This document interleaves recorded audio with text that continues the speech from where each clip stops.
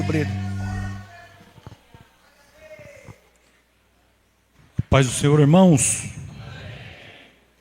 Aproveitando que vocês estão em pé, abram suas Bíblias no último capítulo de Atos dos Apóstolos, Atos capítulo de número 28.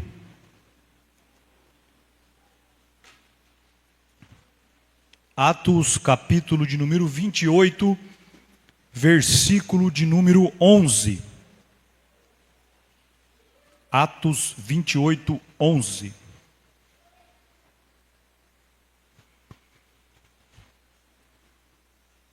Diz assim a palavra de Deus em Atos dos Apóstolos, capítulo de número 28, versículo de número 11.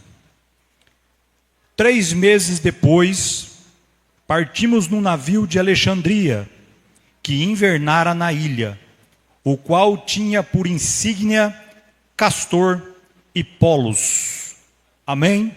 Sente dando glória a Deus. Isso aí, quando Deus dá uma palavra, ela vem fácil. Então Deus me deu uma palavra, e eu tenho certeza que essa palavra vem do trono de Deus para a sua vida. Amém, meus irmãos? O texto que nós lemos fala a respeito da última viagem do apóstolo Paulo. Ele que foi preso, foi condenado, passou por vários julgamentos, e ele apelou a César, ele apelou a Roma. Sendo um cidadão romano, ele tinha esse direito. Então ele seria julgado por aquilo que ele havia sido acusado na cidade de Roma. E quem sabia dessas coisas sabia que dificilmente o apóstolo ia até lá e iria voltar de lá com vida. Então, nas últimas partes da viagem, Paulo indo para lá, um navio naufraga, eles são salvos e eles ficam ali na ilha de Malta, onde ele é picado por uma cobra, e isso vira uma oportunidade para pregar o evangelho ali. Paulo passa 3 meses ali. E aí, depois de 3 meses, indo para Roma para ser julgado lá, o texto bíblico diz: 3 meses depois partimos. No caso foi Lucas que escreveu Atos, estava junto com ele. Partimos num navio de Alexandria. Alexandria, que era pertencente ao Egito, e que invernara na ilha, a qual tinha por insígnia Castor e Pollux. Então o que estava acontecendo aqui é que o apóstolo Paulo, sendo levado para Roma para ser julgado, passa por um naufrágio, fica 3 meses numa ilha, e agora, para chegar ao destino final do seu julgamento, Roma, colocaram ele num navio egípcio, muito provavelmente graneleiro, ou seja, que transportava milho, transportava lentilha, transportava grãos, ou seja, um navio egípcio cargueiro. Não era um navio desenvolvido para transportar pessoas, era um navio, transportava pessoas, marinheiros, mas era um navio de carga. E para completar ainda, existia esculpido a insígnia de Castor e Pollux, que eram 2 deuses da mitologia greco-romana, que também eram chamados de Dióscuros, que significa filhos de Zeus, esculpido nesse navio. Por quê? Porque eles eram os guardadores dos marinheiros e da navegação. Então você imagina o apóstolo Paulo, que dedicou completamente a sua vida depois que ele foi alcançado por Jesus, terminando a última parte dessa viagem para Roma desse jeito, num navio cargueiro e ainda consagrado a ídolos. Imagina que você conte a história do apóstolo Paulo para uma pessoa que não é cristã. A resposta dela vai ser a seguinte: nossa, esse homem foi um fracassado e no final de tudo ainda foi humilhado. Porque ele não se dizia que o Deus dele era o único Deus. Agora quem está levando ele para o destino final dele é um navio de ídolos. Quem está levando ele para Roma é Castor e Pollux.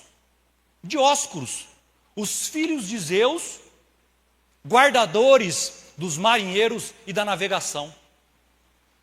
Certamente essa pessoa vai fazer essa leitura.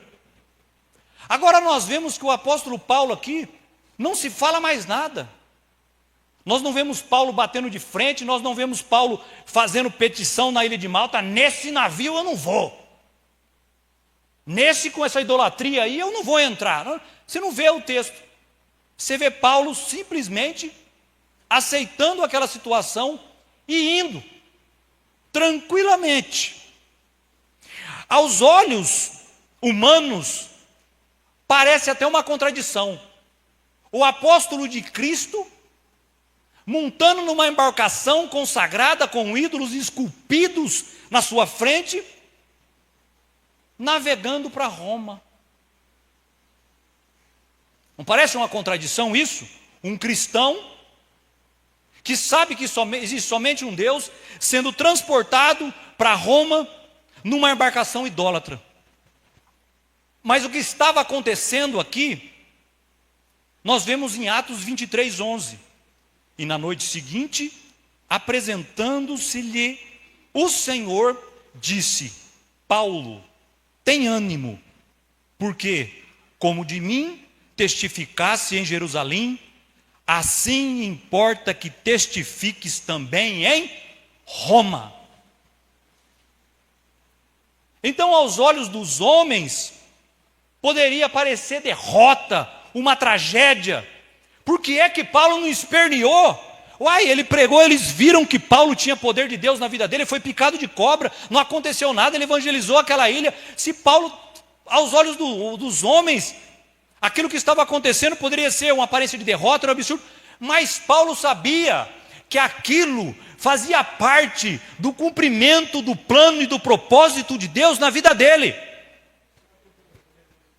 Paulo sabia que quem estava no controle daquela viagem não era Castor, não era Pollux, não era ídolos que os homens inventaram como guardiões dos marinheiros e da navegação. Paulo sabia que quem estava no controle daquela viagem era o Deus que controla o vento e que controla os mares.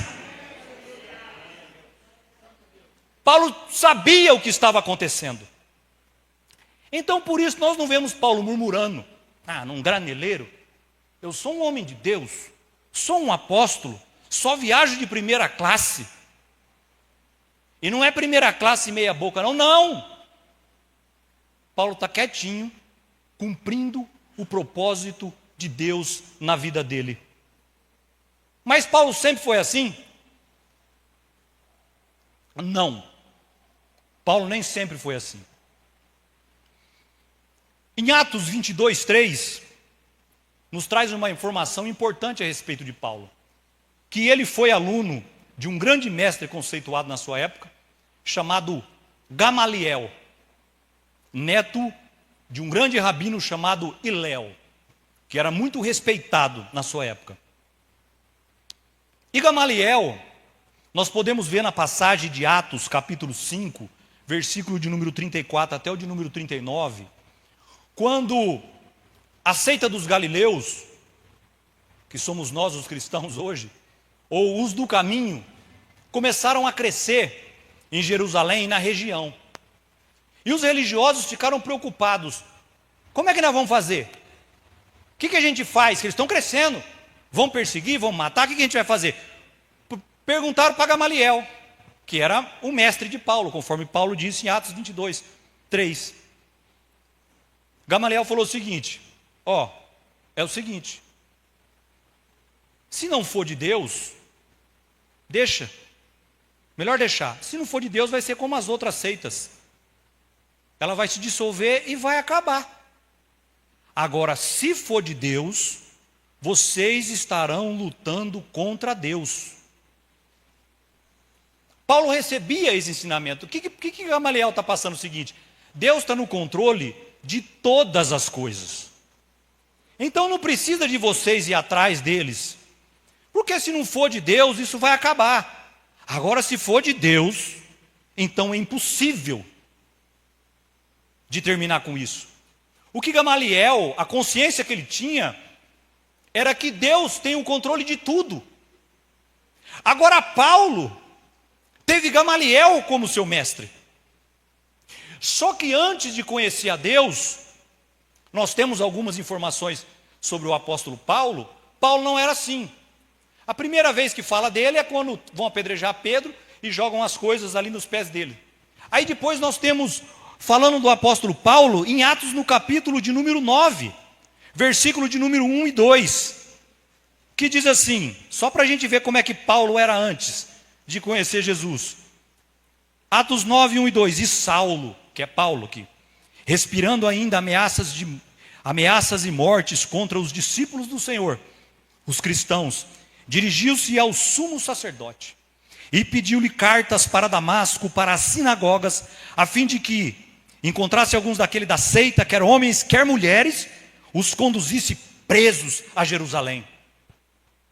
Paulo não aprendeu com o seu mestre Gamaliel que ele não deveria perseguir? Mas Paulo não ouvia o seu mestre. Toda situação que Paulo entendia que era contrária àquilo que ele achava que era certo o conduzir, ele se levantava e queria fazer, ser do jeito que ele queria. Então Gamaliel ensinava, deixa. Você pode estar lutando contra Deus, se não for de Deus vai acabar. Paulo, de jeito nenhum. Eu vou acabar com essa seita de qualquer jeito. Parece você, diante de uma situação ruim, e você quer resolver de todo jeito e não consegue. Então o apóstolo Paulo, antes de conhecer a Jesus, ele tinha um comportamento.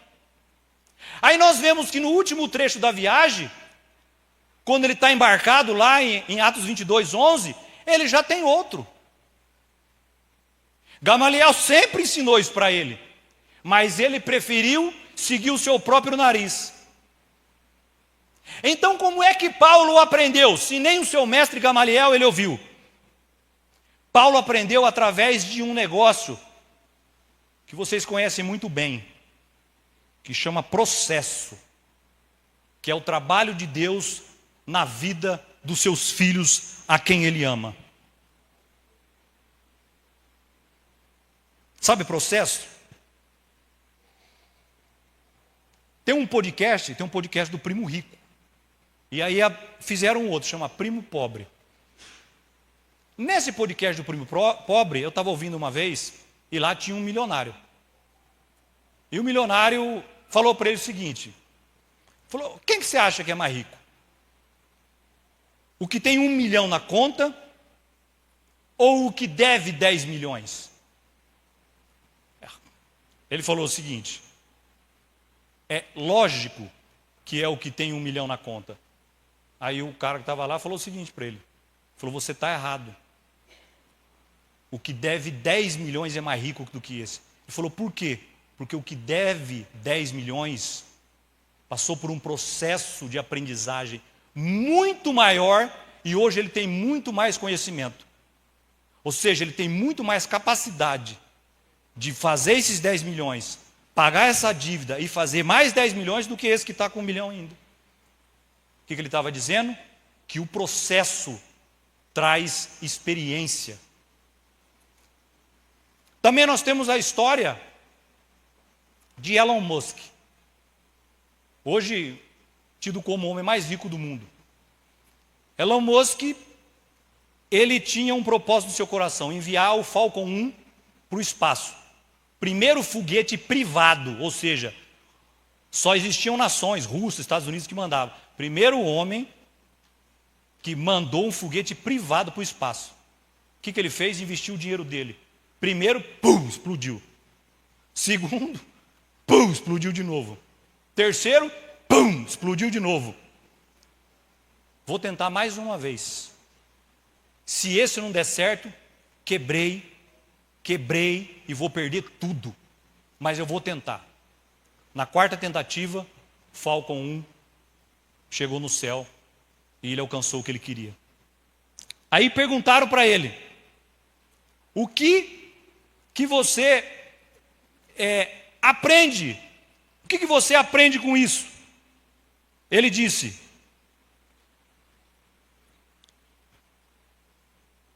que dentro de um processo, falhar não é opção, mas desistir é uma opção que não pode existir nunca. Passando por isso, aquele homem hoje, acho que ele acorda e fala o seguinte: eu acho que eu vou dominar a telefonia do mundo. Vou inventar um satélite aí. E ele vai até conseguir, irmãos. Uma outra história também a respeito de processo, porque eu entendo que Deus está tratando com a gente aqui nessa noite a respeito do processo dele na nossa vida, é a respeito de Thomas Edison. Thomas Edison, antes de inventar a luz, ele tentou mais de 1000 vezes. E as pessoas diziam: mais um fracasso do Thomas. Mais uma derrota de Thomas. E sabe o que Thomas Edison disse? Depois que ele conseguiu? Ele disse o seguinte: eu não falhei 1000 vezes. Eu aprendi 1000 formas que não dão certo. O que o processo ensinou para ele? Trouxe maturidade para ele.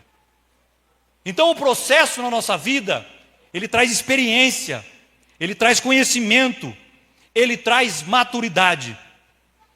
Quantas vezes você já olhou para a tua vida e pensou que aquilo lá era a derrota certa? Não tem mais jeito. Daqui para frente é só derrota. E aí o tempo foi passando, as coisas foram acontecendo, as coisas foram melhorando, e aí você até na frente da igreja deu testemunho de que Deus estava naquela causa. Quantas vezes as pessoas já olharam para a tua vida e pensaram: vixe, lá vai mais um derrotado, para aquele lá acabou. Mas você sabia que existia um propósito de Deus na sua vida.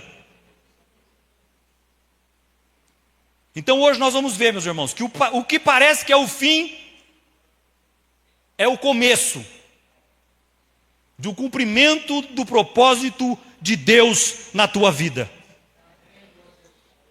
Quando Deus me deu essa mensagem, eu me lembrei de uma situação que eu fugi do processo. Anos atrás, aqui nessa igreja. Hoje eu sei que era um processo. E o que eu fiz? Eu fugi desse processo. O que aconteceu? Deus adiou o processo?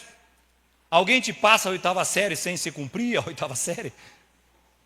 Então Deus voltou, eu estou passando ainda por esse processo que eu poderia ter passado lá atrás.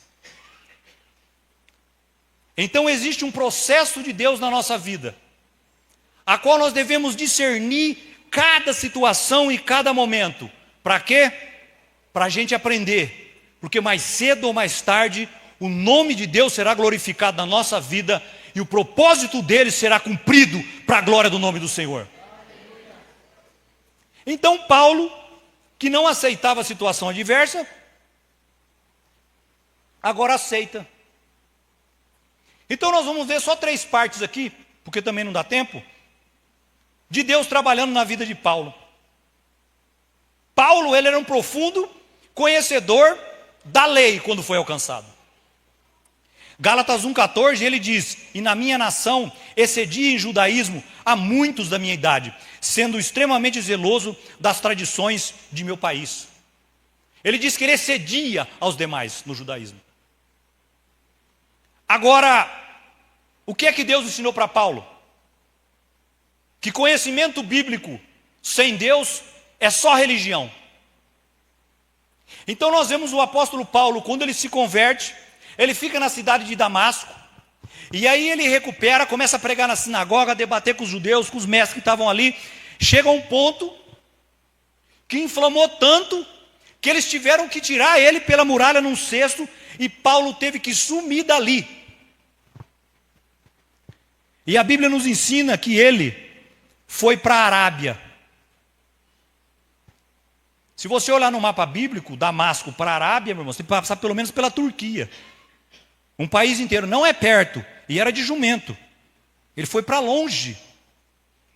E lá ele ficou. Alguns dizem 10 anos, já vi 10, 8, 5, 3 anos. A Bíblia não descreve quantos anos ele ficou lá. A Bíblia descreve que ele ficou um período lá, depois voltou e ficou 3 anos em Damasco, até ir para Jerusalém, encontrar com os discípulos e os apóstolos.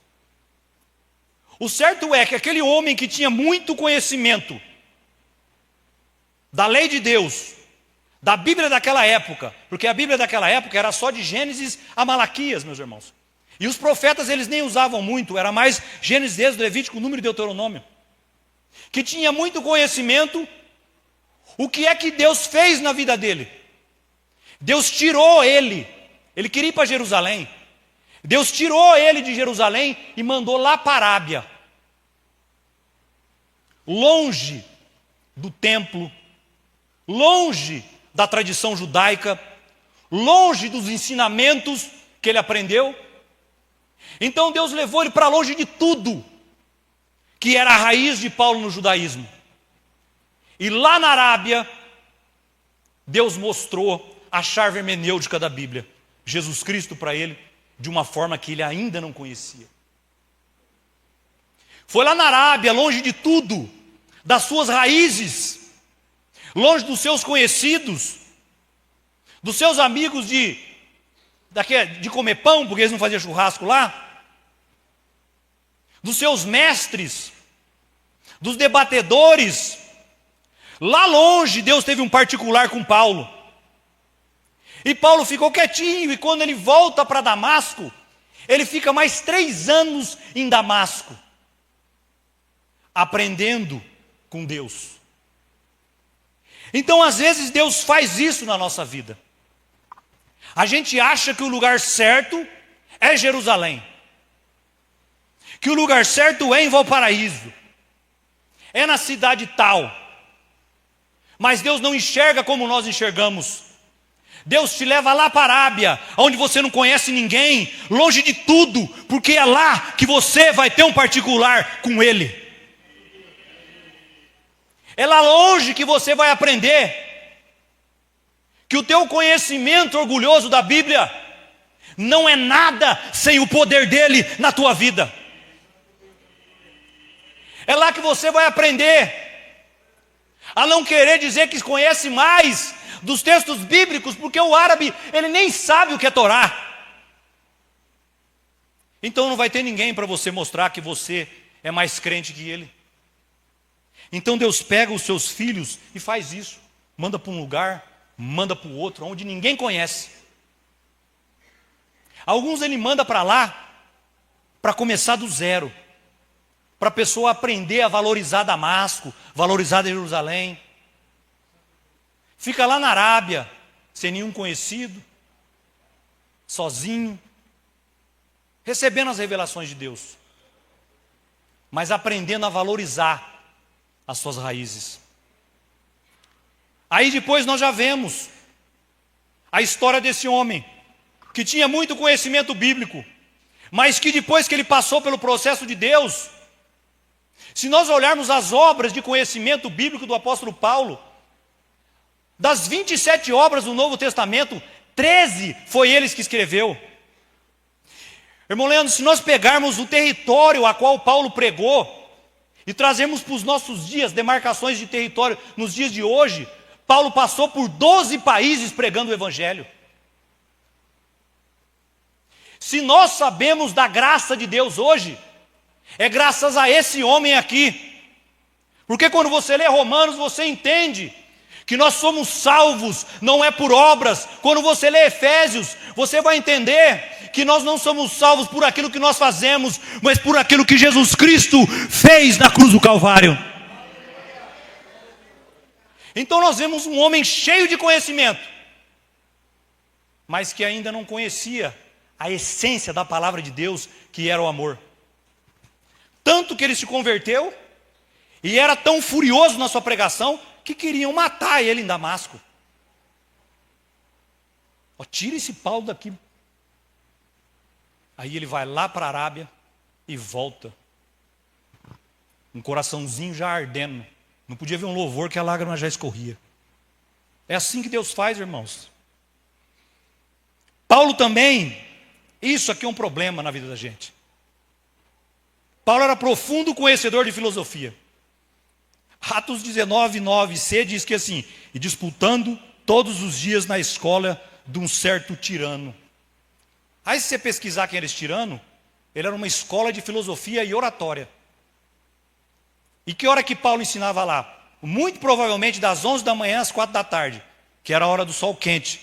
E eles não ficavam lá, eles ensinavam cedo ou depois das 4 da tarde. Então Paulo ficava lá, nessa escola de filosofia e oratória, pregando o evangelho. Será que ele conhecia de filosofia? Se a gente olhar algumas outras obras dele, como 1 Coríntios, capítulo 15, versículo de número 32, Paulo está falando, ensinando sobre a ressurreição. Ele diz assim: se como homem combatia em Éfeso contra as bestas, que me aproveita isso se os mortos não ressuscitam? Comamos, presta atenção nisso, comamos e bebamos, que amanhã morreremos. Sabe quem escreveu esse comamos e bebamos aqui? Epicuro de Samos, o pai do epicurismo. Na cidade de Tarso, numa das portas estava lá: comamos e bebamos, porque amanhã morreremos. Paulo, ele dominava as filosofias, irmãos. E aí o que ele faz quando ele vai escrever para o povo de Corinto? Era Tarso, mas Corinto era a capital da Grécia nessa época, não era Atenas, era a capital da Grécia. Os gregos compunham a maioria da igreja de Corinto. Paulo, o que ele faz? Cita um texto, um dizer epicureu para aqueles gregos cristãos. Ele sabia da filosofia.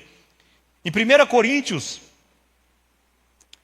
do capítulo de número 1, do versículo de número 17 ao 27, são 10 versículos. Aparece 18 vezes palavras relacionadas a conhecimento. Paulo está escrevendo a uma igreja que fica na Grécia, composta de gregos que amavam filosofia, que amavam a gnose, o alcançar do além através do conhecimento. Ele dominava a filosofia. A passagem de Paulo no Areópago, meus irmãos, Atos 17, no versículo 18, quando ele prega em Bereia e vai para Tessalônica, os judeus queriam matar ele, falou: vamos levar Paulo, joga ele em Atenas, porque lá em Atenas ele pode pregar. Paulo chegou lá, viu aquele monte de ídolo, ele já, no sábado ele já foi na sinagoga e debatia com os rabinos, e aí do domingo para frente ele ia na praça, no Ágora, que era onde eles ficavam, e aí o texto diz que ele debatia com filósofos estoicos e epicureus. Ele não só dominava o epicurismo, ele dominava o estoicismo também. E ele ficava lá debatendo todo dia, a ponto de eles dizerem: o que diz esse tagarela? Querendo descredenciar Paulo, porque eles não tinham mais argumento. Na retórica grega, quando você começa a perder um debate, você pode ver os políticos fazendo isso. Quando eles começam a perder o debate, eles começam a querer descredibilizar o outro. Então Paulo estava superando eles. Olha como Paulo conhecia. Agora, como que Deus fez para Paulo aprender a utilizar o conhecimento que ele tinha antes da conversão em prol da obra de Deus? Se nós vermos o começo da viagem missionária de Paulo, você vai ver quando ele passa pela cidade de Derbe e Listra. Ali eles confundem Paulo, Barnabé e Paulo. Eles confundem Paulo com Hermes e Barnabé com Zeus. Então Barnabé era Zeus e Paulo era Mercúrio ou Hermes. Por quê? Hermes ou Mercúrio, dependendo se você está falando na cultura romana ou na grega, mitologia grego-romana, ele era o porta-voz de Zeus. Então, esse aqui, já detectamos ele. Ele fala muito bem, tem muito conhecimento, ele derrama eloquência, ele é o porta-voz, lógico que o outro está com ele é Zeus. O que a Bíblia diz que aconteceu com eles?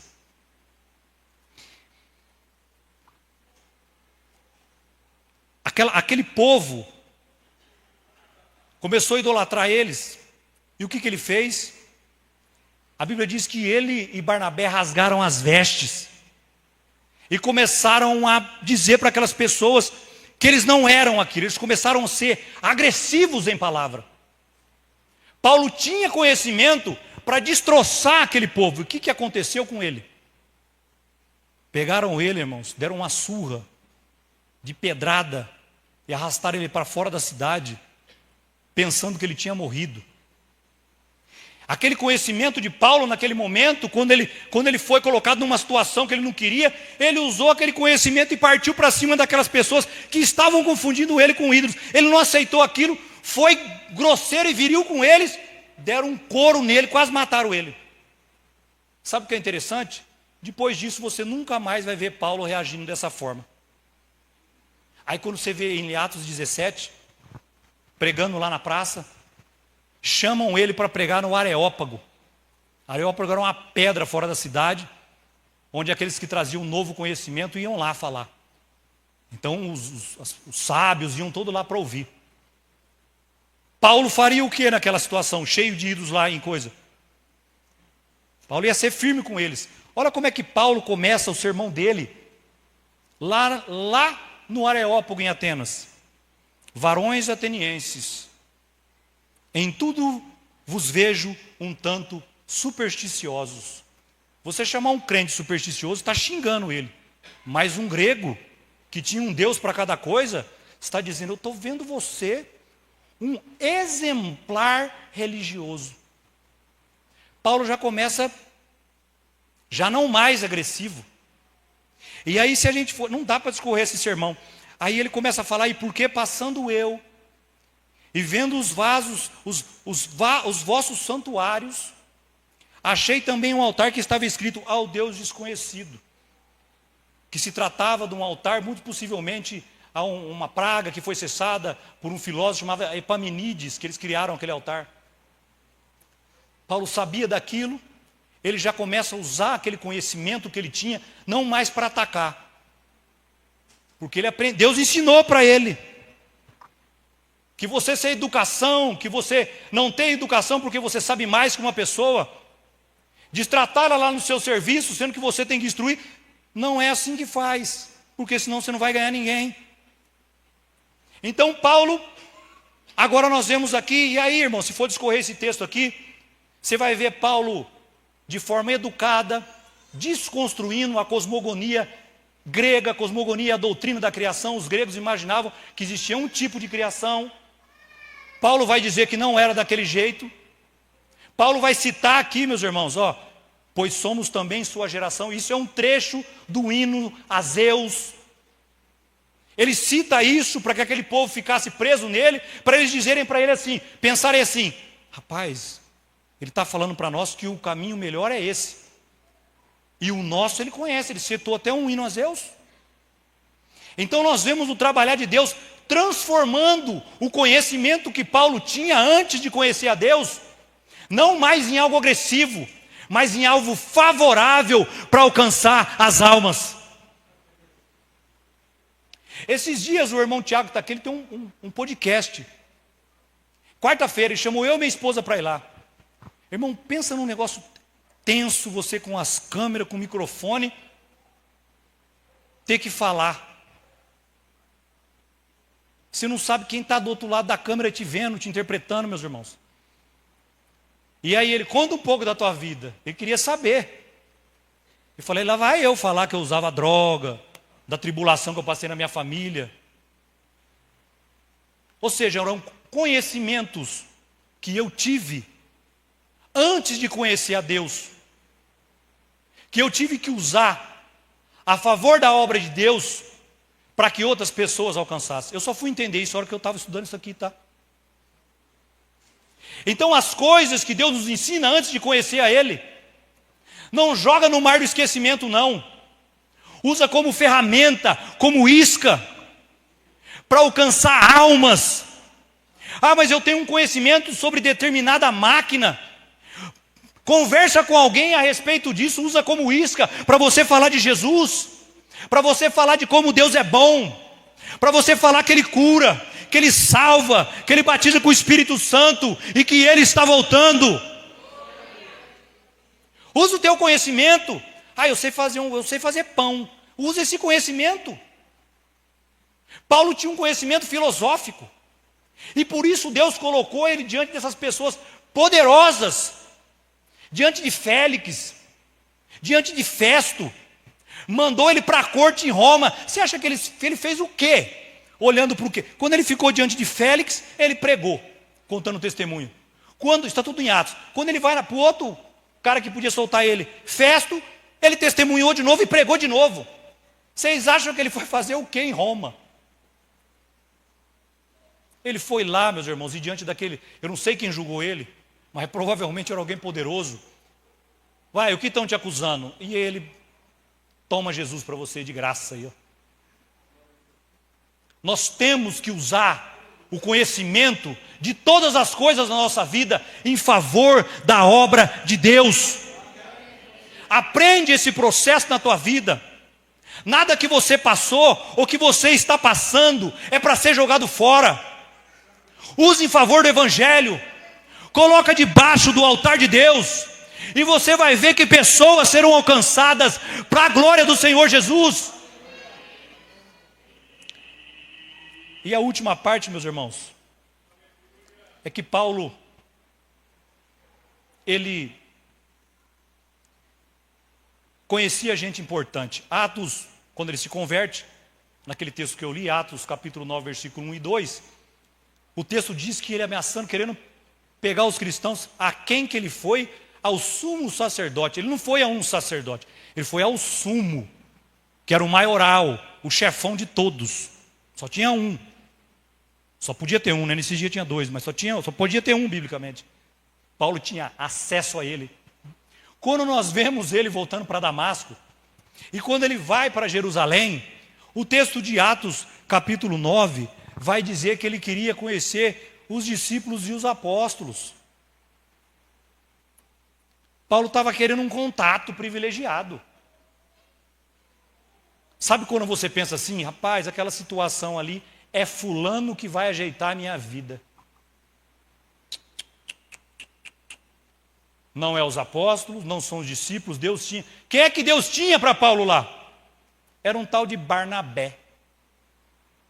Paulo queria encontrar Pedro, Tiago, João, mas o que Deus tinha, o contato, o homem de Deus na vida de Paulo era Barnabé. Às vezes a gente olha e fala o seguinte, rapaz, se eu conhecer o dono da empresa, ô glória, eu só preciso de conhecer aquela pessoa. Aí a situação, pai, se eu fizer, é o tal do network. Se eu conhecer aquela pessoa, tudo vai mudar. Paulo, quem sabe, rapaz, a hora que eu conhecer os apóstolos, que eu jogar na mesa a filosofia que eu sei, a Torá que eu domino, eles vão falar, Paulo, se levanta que você é um dos nossos aqui. Mas Deus não faz assim. O homem, o contato de Paulo, só Deus sabia e chamava Barnabé. Foi Barnabé que foi lá buscar Paulo, quando ele estava lá esquecido, em Tarso. Ninguém lembrava mais de Paulo. Paulo estava lá no anonimato. Barnabé, o contato de Deus, foi lá buscar.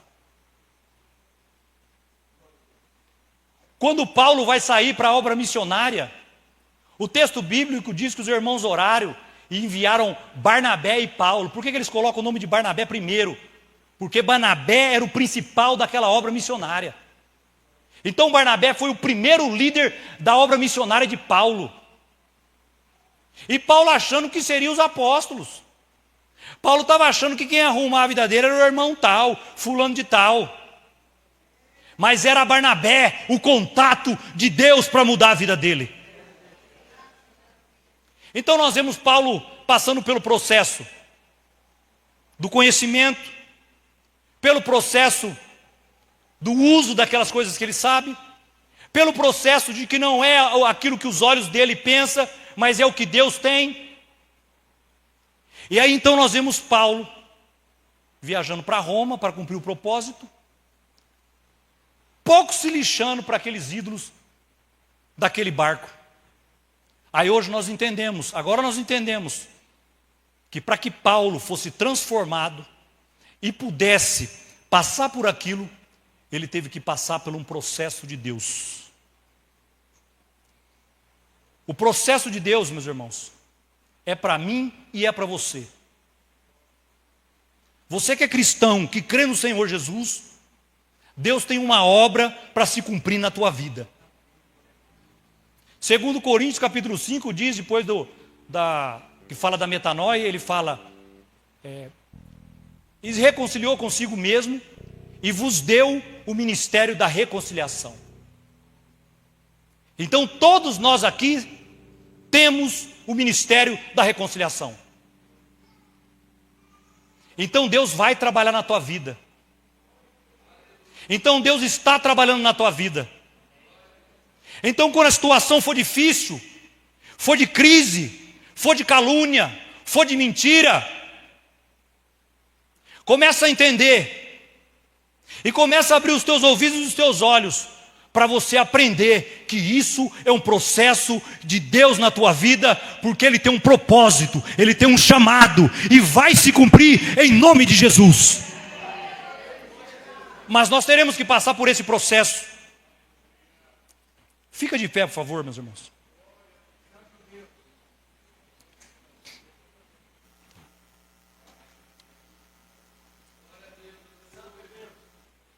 Existem situações que nós entendemos como perda, mas Deus está construindo a tua vitória. É que a gente costuma querer que as coisas de Deus aconteçam sempre no estrelato, sempre no sapatinho de algodão, sem dor, mas não é assim que funciona. Nós somos pecadores, e o carpinteiro de Nazaré vai te moldar, em nome de Jesus. Vai trabalhar na tua vida, então fica atento. Fica atento para as coisas que você está passando, porque Deus está trabalhando. Existem uns romanos lá para você pregar. Existem almas, lugares, aonde só você vai chegar no meio de tanta gente. E você vai chegar lá preparado. Porque existem almas para ouvir falar do Senhor Jesus na tua vida, através da tua vida. Existe uma frase, meus irmãos, que é: não desanime. O que parece cruz hoje é ressurreição amanhã. Não murmure, só preste atenção, porque Deus está trabalhando na tua vida para a glória do nome dEle. Eu queria saber se tem alguém aqui no nosso meio nessa noite que queira confessar publicamente Jesus como o Senhor da tua vida, como seu único e suficiente Salvador, que está com o coração ardendo e falando: Jesus, eu quero servir ao Senhor, eu tenho vontade, Jesus, de servir ao Senhor. Então hoje você tem a oportunidade de, diante de todas essas pessoas, você dizer para Deus: Jesus, eu não me envergonho do Senhor, eu quero servir ao Senhor. Nós vamos orar. E aí, se você sentir no teu coração vencer a tua vergonha, você vem aqui à frente e o nome de Deus será glorificado na tua vida. Oramos, meus irmãos. Pai, em nome de Jesus, graças nós te damos por estarmos aqui nesta noite, cultuando o teu santo nome, glorificando ao Senhor, ouvindo a tua palavra, Pai. Ó Deus, despeça os seus filhos em paz, visita-os em sonho, através de profetas. Mostra para eles, ó Deus, no canto dos pássaros, que o Senhor está trabalhando na vida deles. Dá sinais para os teus filhos, ó Senhor, para que eles vejam que o Senhor não os esqueceu, mas que existem momentos que o Senhor nos leva para a Arábia, para que o Senhor trabalhe com nós, ó Deus, longe de tudo. Fala com os teus filhos e levanta uma igreja em Valparaíso que prega a tua palavra sem interesse, mas com um único propósito: que o teu nome seja glorificado aonde quer que o teu povo esteja, ó Deus. Pai, nós oramos sabendo que ao Senhor pertence o controle de tudo. Nós te amamos, Deus, em nome de Jesus, amém.